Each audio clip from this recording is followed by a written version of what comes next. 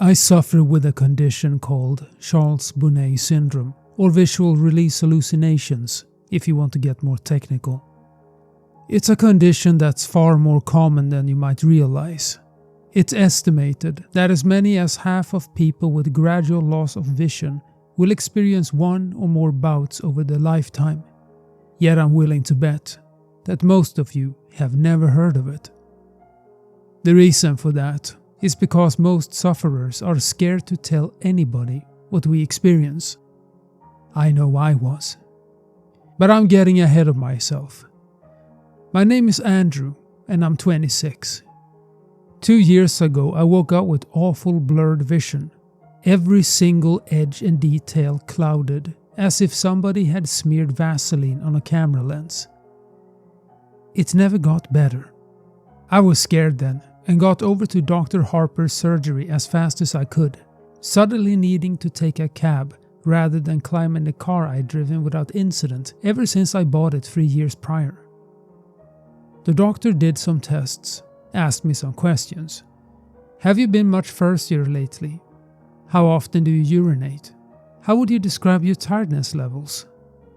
And then gave me the diagnosis that changed my life forever. Diabetes, type 1. He explained that I would need to take insulin shots with every meal, that eating the wrong foods without monitoring my blood sugar could see me drop into a coma, or worse. Then he got to my eyes. Andrew, your diabetes has resulted in maculopathy. Do you know what that is? I shook my head dumbly, already reeling with the shock of my diagnosis, and Dr. Harper went on. It's when the diabetes affects the blood vessels at the back of your eye, blocking them and causing them to leak into the macula, the central part of your retina that helps you to perceive color and fine detail. When these blood vessels leak into the macula, it can cause significant damage. With a lump in my throat, I asked, Okay, so how do we make this better? I couldn't see Harper's face properly when he spoke, but his tone of voice was enough to tell me what I've been dreading. I'm sorry, Andrew, he replied gravely. Perhaps if we caught this a little sooner, we might have had some treatment options available to us. But I'm afraid the damage has been pretty extensive. We can take steps to arrest the development of the condition, but I'm afraid it's irreversible. I felt as if my world had come crashing down around me. I was just 24, still at my physical peak.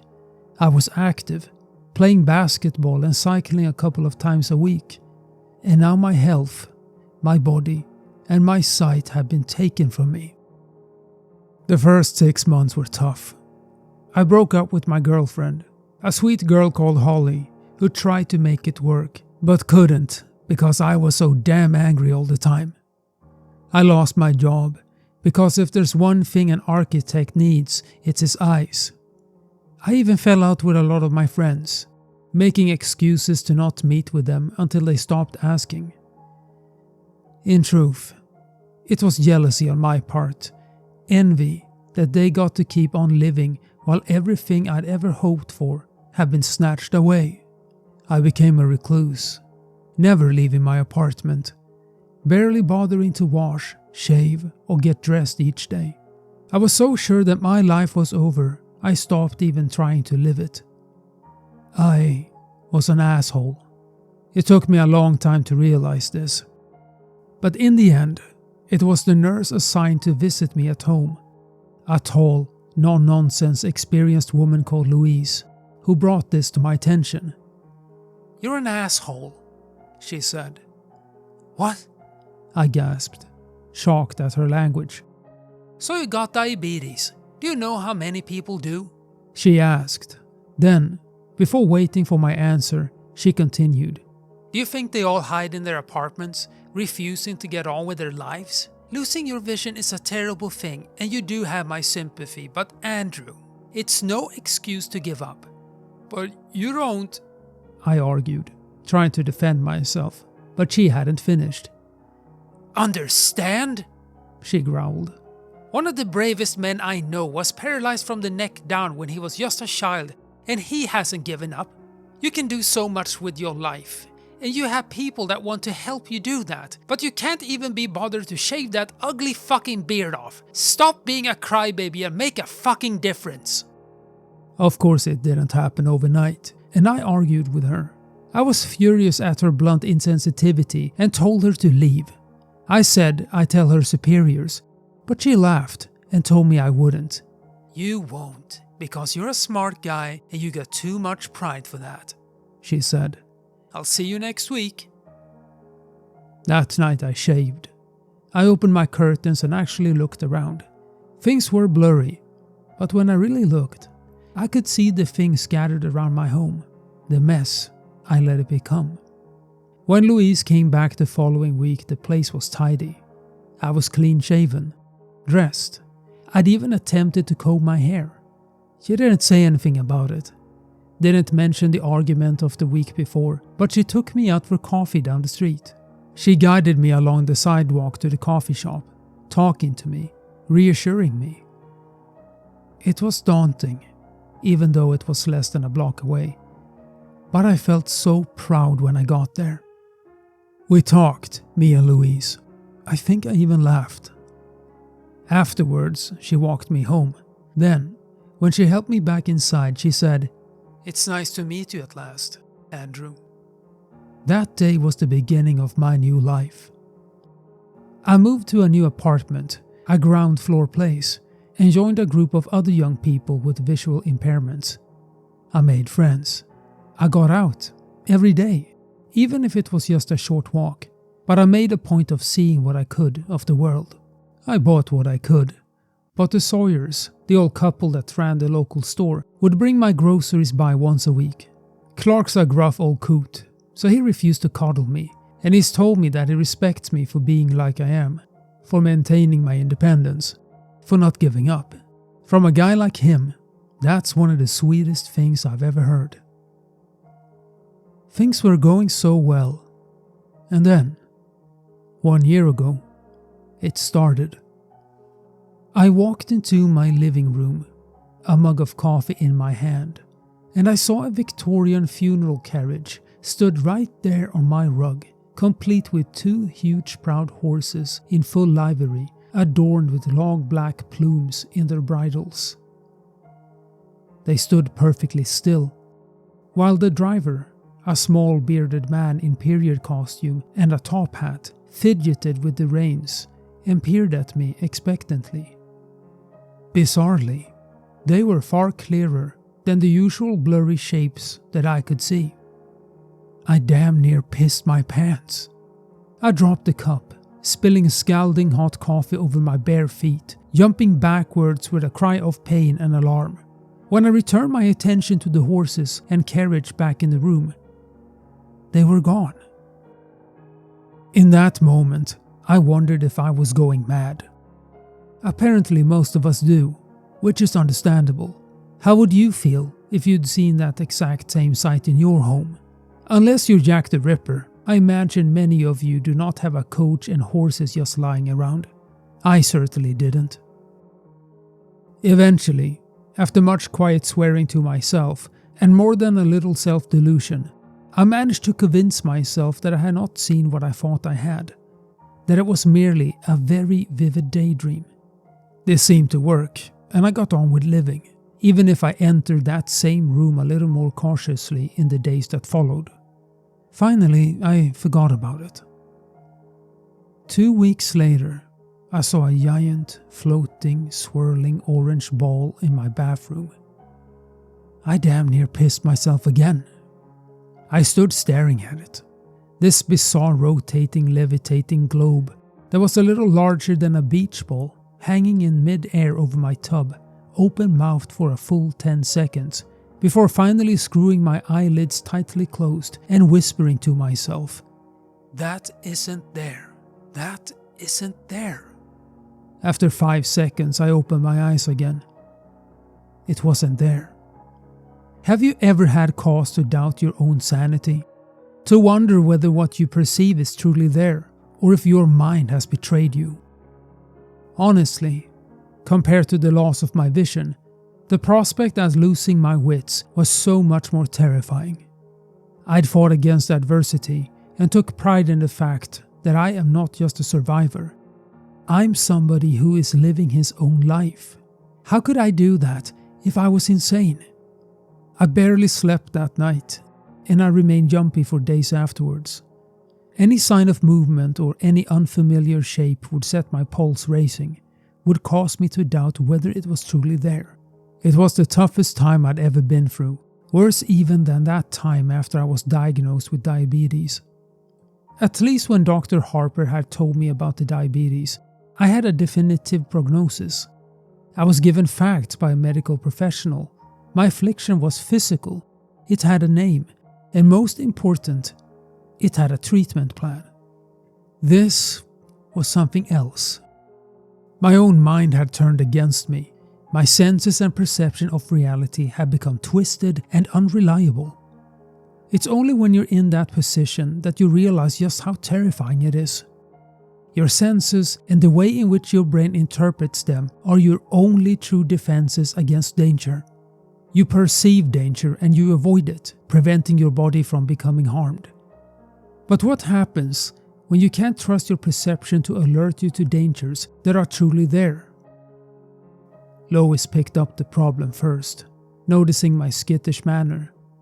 She asked what was wrong, if I needed to talk about anything, but I told her no. I was fine, but I hadn't been sleeping well.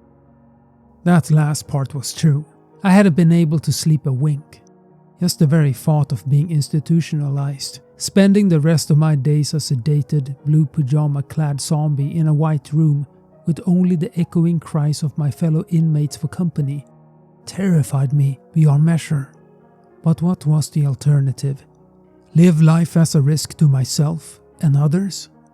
Ultimately, I chose to ignore it. I reasoned that if I was able to function around other people without them realizing what was going on, that was good enough.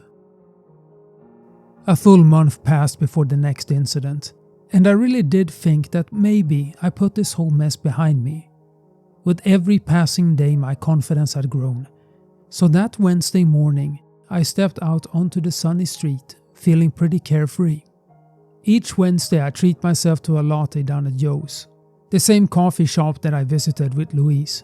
It was a custom that gave me a great deal of pleasure, one that had seen me forge friendships with other regulars as well as the staff, including Joe himself. As I made my way down the street, white stick in hand, I glanced about me, taking in the colors and shapes of the world around me. I enjoyed the feel of the sun on my face and the sounds of the birds singing. It was a good day. Then I saw them. A party of pilgrims, 6 of them, all dressed in settler-era attire, sitting cross-legged on the asphalt. They didn't look at me. Instead, they were engaged in a heated yet strangely silent conversation. I froze, staring at them. Still they argued, gesticulating furiously at one another. However, I couldn't hear their angry voices, despite the fact that, judging by their ill temperament, they must be screaming at one another.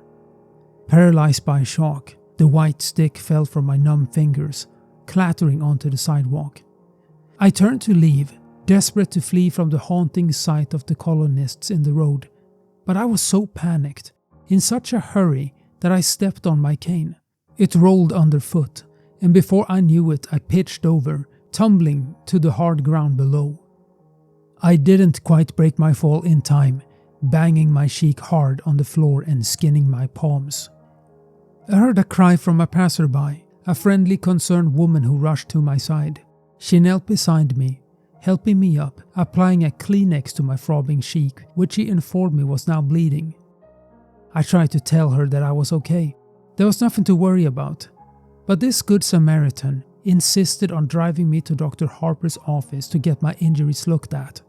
Now that I think back to it, I'm pretty sure that she knew my obvious distress was nothing to do with the fall.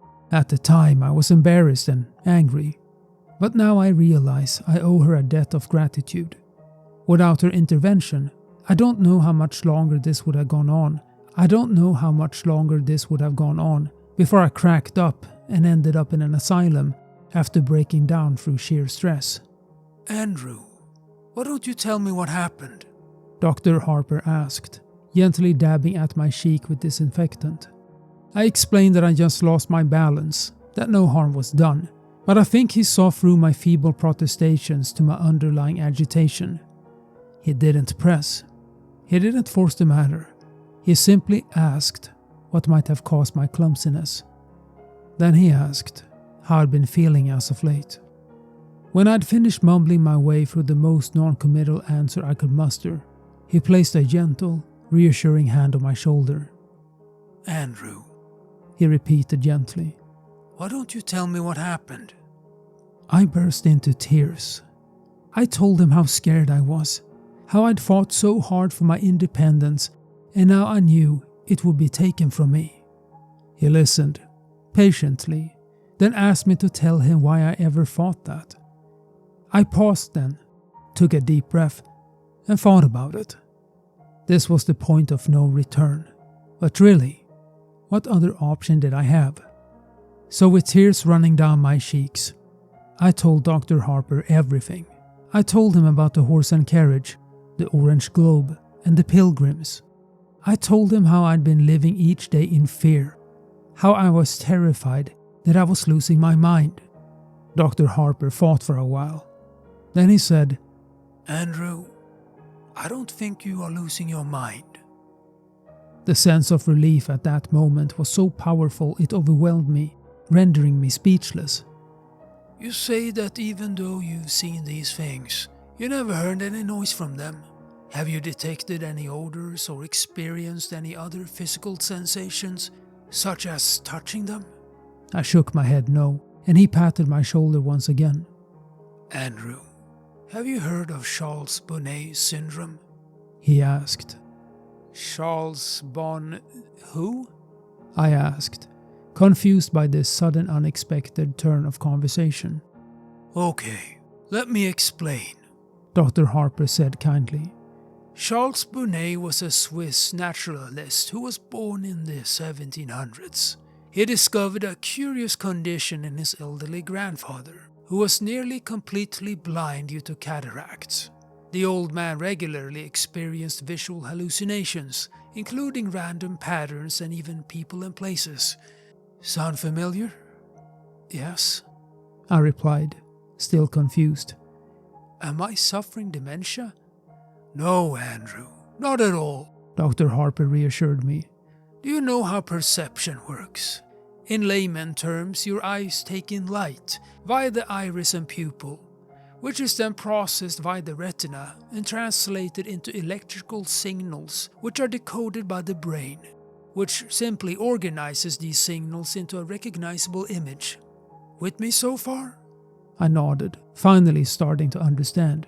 When the retina becomes damaged, such as those that have undergone macular degeneration, those signals become warped and jumbled. Dr. Harper went on. The brain still receives them, so it does its job, translating these distorted signals into an image. It kind of fills in the gaps for you. Sometimes it fills these gaps with colors, patterns, creatures and places that aren't present. And this is called Charles Bonnet syndrome. I nearly wept with relief. So I'm not mad? I cried. Not at all, the doctor replied. This is an entirely physical condition. Your mind is in full working order. If you were suffering any form of mental illness, your delusions wouldn't be limited to just the one sense. You'd hear these interlopers, smell them, even feel them. This is a condition solely related to your eyes, not your brain. As I left Dr. Harper's office, I felt as if a weight had been lifted from my shoulders. Sure, my visions was still an issue, but now I knew it was only a problem with my eyes, not my mind. I knew I could handle the situation. I was ready to face the world again. Since then, I've seen plenty of weird visions. I saw a huge waterfall in the park, complete with a hazy mist and butterflies flitting about it. I saw a Native American warrior, complete with a huge feather headdress, sitting at a stool at the counter in the coffee shop. I saw an intricate, and quite impossible, structure of scaffolding crisscrossing the entire front of my apartment block. Hell, on the 4th of July last year, I even saw a great swooping green dragon in the sky, twisting and cavorting through the air overhead. All looked utterly and completely real, yet now I knew they were simply tricks of the eye. They were no longer disturbing. In fact, I actually came to quite enjoy them, even looking at them as unique and entertaining little shows or works of art that existed purely for my pleasure and nobody else's. I came to welcome them. Then, a month ago, I saw her. It was nighttime. It's always nighttime when I see her. And I was just getting ready for bed. I walked into the kitchen to get myself a glass of water and actually cried out in alarm when I spotted the figure in the corner. She was tall, by far the tallest woman I'd ever seen, and even though she stood hunched, she still had at least 6 inches on me. I was used to seeing characters in dated and bizarre dress, but this was different somehow. It didn't seem like an outfit from any one time, instead a bizarre mismatch of items. She wore a tuxedo jacket, figure-hugging and black, tailored to the female body type, over a dirty old ruffled dress shirt. To complete the ensemble, she wore a bright red bow tie. On her hands, which she held out to either side as if shrugging or maybe feeling for rain, she wore dirty white gloves. Her fingers were disproportionately long, almost spidery, and occasionally they twitched, as if she longed to grip and squeeze something in them. On her lower half, she wore shorts the same crimson as her bow tie, over opaque black nylons. Her legs were long, lithe, attractive, if the truth be told, the legs of a dancer. She also wore red heels, the same hue as her shorts and bow tie, but they sparkled and shimmered, bringing to mind Judy Garland's ruby slippers from The Wizard of Oz. As strange as this ensemble was, I couldn't tear my eyes from her face. Most of it was obscured by a jaunty bowler hat, tipped and tilted to hide her eyes and nose, but beneath the brim of her hat, I could see the deathly pale skin of her face and a grin that sent shivers down my spine. It was wide, too wide, with entirely too many teeth. A smile is meant to be an expression of warmth. It's meant to feel welcoming and benevolent. But the look on this woman's face oozed malice. It felt much like the sort of glee I'd expect from a snake as it corners a rat. However, the thing that startled me most was that she had a furred arm sprouting from her back, curled up and over her head like a scorpion's tail. It was longer than any arm should be, and the hand only had 3 fingers, like a claw. It was pointed straight at me, and as I swore in dismay and stumbled sideways, it seemed to track my movement. I stood staring at the creepy figure for a few seconds, trying to get my head around the situation. She just stood there in the corner, grinning back. Finally, I realized that this was just another of my hallucinations and breathed an audible sigh of relief. One of the tricks I picked up over the months of suffering from Charles-Bonnet syndrome is to break the line of vision toward whichever stimulus is causing my brain to interpret the images into the hallucination. Think of it like restarting a faulty computer, how refreshing the system debugs it. To this end, I close my eyes and count to 5. Then, when I reopen them, the hallucination is gone. So as I stared at the horrifying malformed figure in my kitchen, I knew that to make the image go away, I simply had to close my eyes. I'll be honest here. When I counted to 5, I hesitated a little before opening my eyes.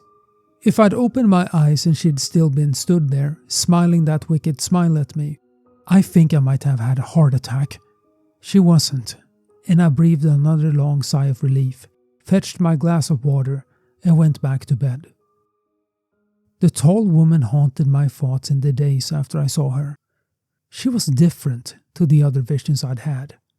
Somehow, she felt more real. It was this agitation that my buddy Jason picked up on when we met for lunch the following Friday. Jason was one of those same friends I tried to drive away shortly after I lost my vision, yet he refused to give up on me, continuing to get in touch week after week. Good friends are hard to come by. But great friends, the ones who will be by your side for life, are even rarer. Jason, God bless his kind heart, is one of the latter. You gotta tell me what's going on, dude, he said, as we sat down over pizza. What do you mean? I asked, trying to brush it off.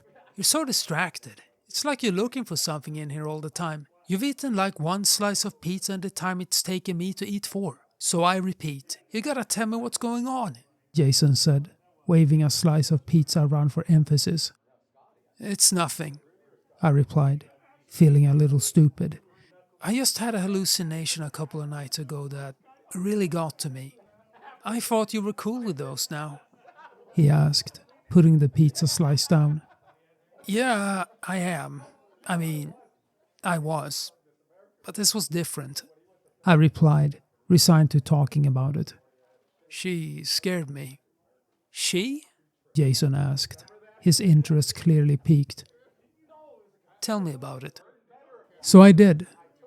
I described the tall woman and how she'd appeared to me. I explained that unlike any of my other hallucinations, she felt more real, and that she was the first to feature such a weird and unsettling mutation. Sure, I'd seen smaller versions of people in the past, a phenomenon referred as Lilliputian by medical professionals, but the extra appendage and impossibly distorted face were something I had yet to encounter thus far. I think it was that, combined with the unnerving expectant stance, that had disturbed me the most. So, Jason said after I finished. You said she had great legs? Oh, shut up, you asshole. I laughed, throwing my napkin at him. No, seriously, I get it, man, Jason replied, passing the napkin back to me. If I walked into a room and a giant mutant was waiting for me, it would scare the shit out of me too. But you know what caused you to see this.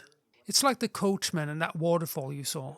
It's a condition that you know you have, and it's one that you know how to deal with, okay? I know, I replied. Thanks, man. You're right.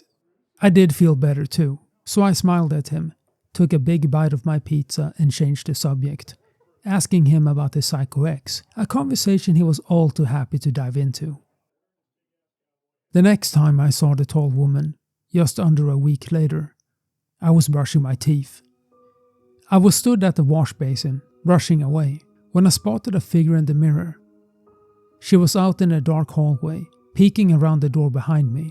That same sinister grin I'd seen before stretched her narrow face into a distorted grimace, the dirty bowler hat pushed down over her eyes once again.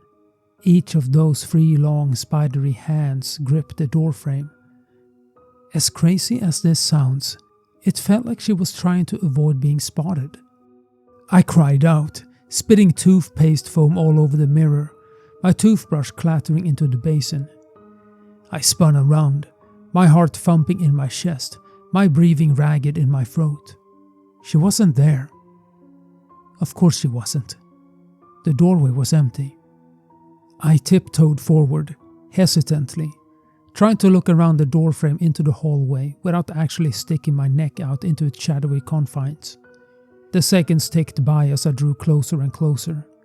I couldn't see anything, so finally, with a whisper of self-affirmation, I stepped out of the bathroom. The hallway was empty, as was the rest of my apartment. I was shaken again. This was the first time I'd seen a hallucination in a reflection, and I wasn't even sure that I actually seen it. Now, as I sit here, writing this, knowing what would follow, I think I thought like that to try to protect myself, to shield myself from the truth. I was an idiot. A full fortnight passed without incident. Sure, I saw a flash of color one day, a dancing yellow lightning bolt that zigzagged back and forth on the street outside my apartment, But that was exactly the sort of thing I come to expect from my condition. It was exciting, otherworldly, but it wasn't scary. Not like she was. In retrospect, that fortnight was blissful. It was a reminder of what life could be like. The existence that I carved out for myself since my diagnosis. Life was good. The night that changed the way I viewed the tall woman. Last night, I've been out and had a couple of drinks. I met the other guys with visual impairment for dinner, and we ended up at a bar afterwards. I wasn't hammered, but we got through plenty of beer between us, and by the time I stepped out into the cool night air, I felt decidedly lightheaded. It took me a while to make it home, laughing and talking to a couple of the other guys from our group as we strolled along. It had been a great evening. It's probably the last truly good one I'll ever have. I bid the other guys good night, and fumbling with my key, let myself in. With swaying steps I strolled into my hallway, slamming the door a little too loudly behind me. I took off my jacket, hung it on the hook by the door, then hit the light switch. She was waiting at the end of the hallway, all three hands held aloft into claws, reaching for me. That same maddening malevolent grin on her pale face.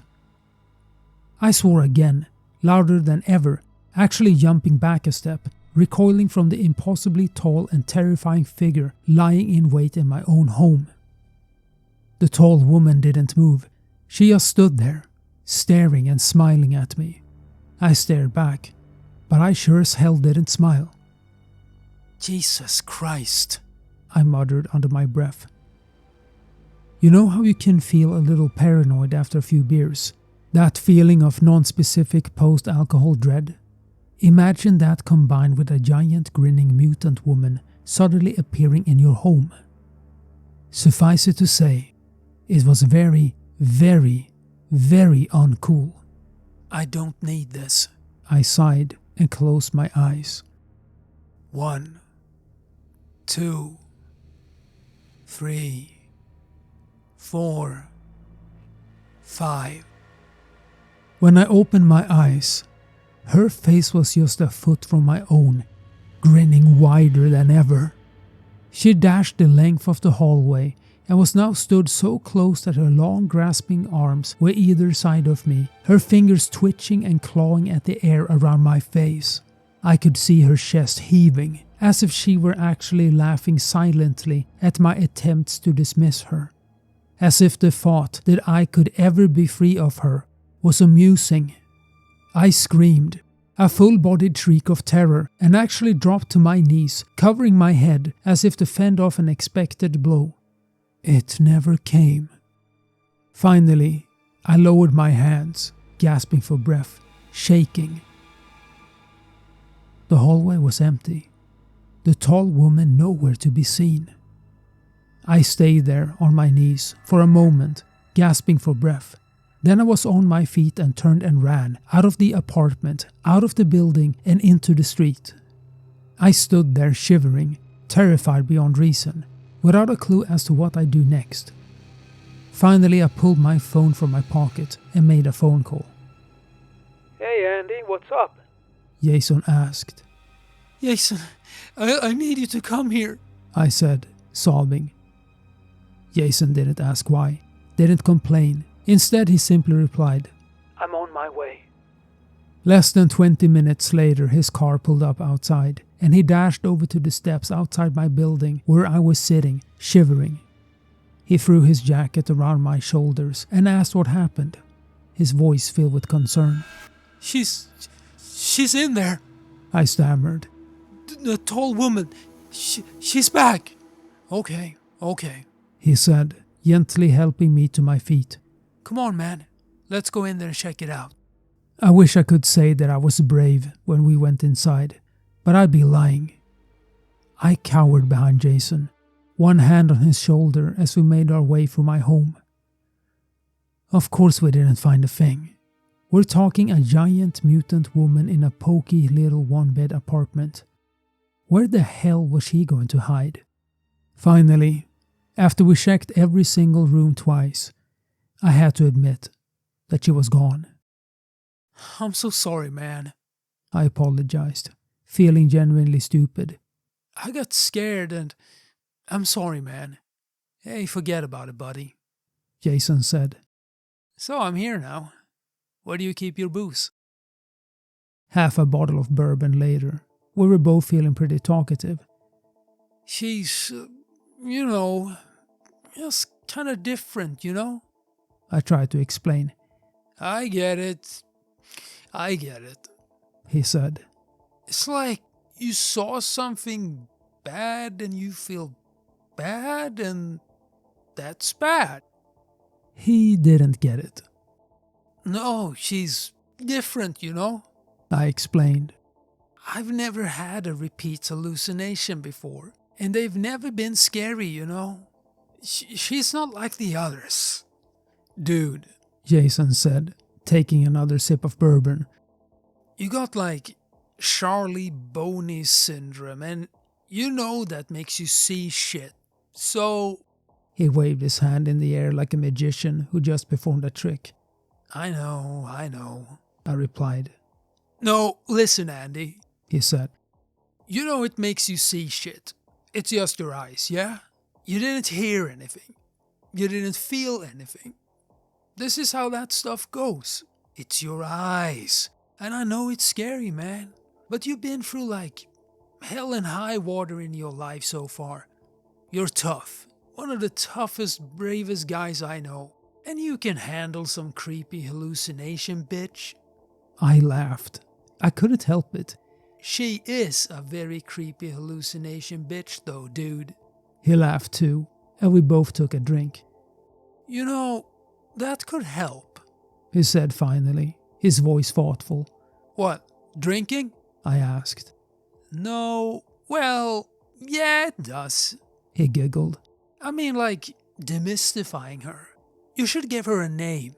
Something stupid so she's not scary. I gotta say that as much as I like creepy hallucination, bitch, that's a bit of a mouthful. I laughed. Yeah, I get that, he replied. Suddenly something he had said came back to me. How about Helen? I suggested. Helen Highwater? Awesome, he said, then raised his glass. Here's to Helen, buddy. To Helen. I smiled and drained my glass. Jason spent the night on my sofa, mainly because he had too much to drink to even think about getting behind the wheel of a vehicle. But honestly, I think the reason he drank so much was so he'd have an excuse to stay and keep an eye on me. I'm glad he did. Knowing that he was there made me feel safer, and I was able to get some sleep. It gave me a sense of security to know that if the strange vision I'd just christened Helen was to appear again, I'd be able to call on him for support. This morning, we both needed support. Feels like a mule kicked me in the head. He groaned when I made my way into the living room. Yup, I replied, my own head thumping. Joe's? Joe's, he replied firmly and staggered to his feet.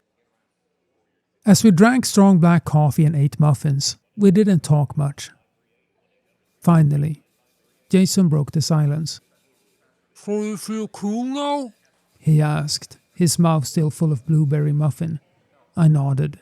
Yeah, I think so. Not still freaked out by you-know-who? He asked. Helen? I replied with a smile. No, I really don't think I am. I reckon I can handle some creepy hallucination, bitch. Huh, good, he laughed, giving me a hearty pat on the back. That's cool, man. I bet you can. Now, as I sit here cowering in my bathroom, too scared to go out into my apartment, I know we were both wrong about everything. Remember how earlier I told you that the thought of being institutionalized, that the very idea of losing my grasp on reality was the most terrifying thing I could imagine? Now I'd welcome that, because the alternative is far, far worse. After breakfast I said goodbye to Jason, and he climbed into his car and drove away. The day passed without incident, and when Louise stopped by this afternoon, she even commented on how upbeat I seemed. You got a lady in your life? She asked, casually. I laughed at that, wondered what she'd think if she knew the truth. Yeah, I chuckled. something like that. Good for you. She sniffed. You make sure you treat her right. That tickled me even more, and I had to bite my lip. Sure, I replied. I'll do my best. Tonight, still a little wiped from the exertions of the previous evening, I decided to turn in early. I brushed my teeth, washed my hands and face, and got changed. Finally, I fetched a glass of water and walked into my bedroom. I climbed into bed and instantly felt so relaxed. Within mere seconds, I was ready for sleep. That sudden overwhelming drowsiness that comes when you spent a whole day keeping sleep at bay. I decided that resistance was futile and sat up to switch off the light. I nearly didn't see her, but as I reached for the switch, I caught a glimpse of something out of the corner of my eye. My heart leapt into my throat as I turned to the foot of my bed. The tall woman was crouching there, her grinning face staring at me from just beyond my feet. So many teeth. Her long, slender fingers spread out over my blankets, twitching slightly as she gripped the end of the bed. Slowly, excruciatingly so, her furred misshapen arm came into view over her shoulder, joining her other hands on my bedding. I froze, utterly petrified. I was at a crossroads here, arriving at a pivotal moment that had been coming for some time. She watched me, grinning, as if she was waiting to see what I do, cruel amusement flickering across her pale face. But this time, I'd had enough. You don't scare me anymore, I said, my voice filled with defiance and anger. I'm not letting you do this to me. I reached across to the light switch. Good night, Helen, I said triumphantly, then flicked it, plunging the room into darkness. I lay there, a sense of tremendous pride surging through me, and I grinned to myself in my warm, comfortable bed, overjoyed at the emotional victory of overcoming my own fear. And then it happened. The thing that led me here. Something that turned my blood to ice water, my bowels to jelly. Good night, Andrew. Her rasping voice hissed from the darkness.